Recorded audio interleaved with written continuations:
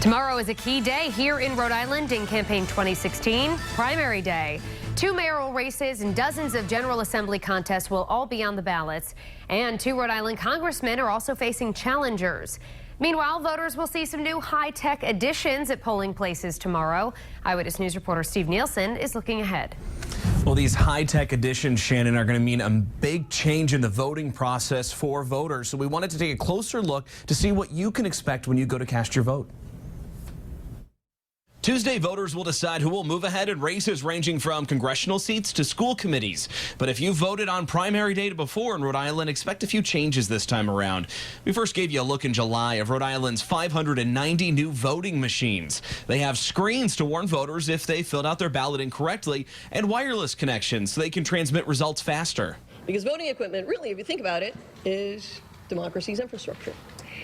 Voters, election administrators, and candidates alike depend on modern, reliable voting equipment to deliver fair, fast, and accurate elections. Eyewitness News political analyst Joe Fleming says turnout will be small tomorrow statewide. This is a really good opportunity to do that due to the fact that it's going to be very slow at a lot of the polls tomorrow. So the workers will have time to really examine their equipment, work with their equipment, get any bugs out of their equipment, and see what problems they have, because in November, the turnout will be very heavy. Along with new machines, 1 in 10 polling places will also be part of a pilot program to test new electronic tablets for checking voters in. And city halls will have new machines to print ballots on demand.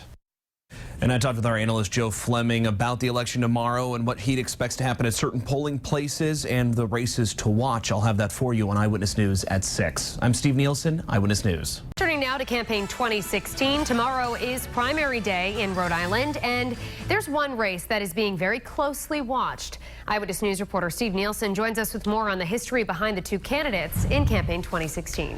Well, Shannon, I talked with our political analyst. He says turnout will be low tomorrow, but one place in the state might be an outlier with a heavily heated race taking center stage.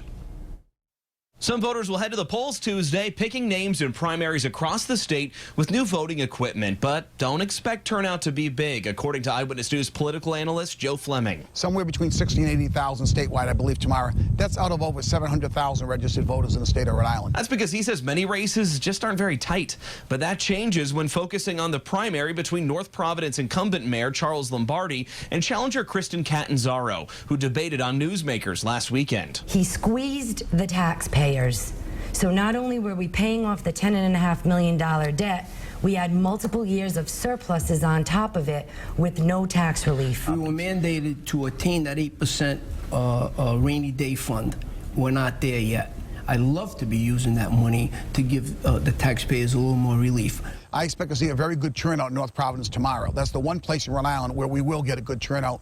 North Providence has a history of voting very heavily in a Democratic primary, and since we have a heated mayoral primary, I do expect a strong turnout. And if you're still making up your mind on who to vote for in North Providence, you can head to our website, WPRI.com, right now to watch that debate in its entirety on Newsmakers.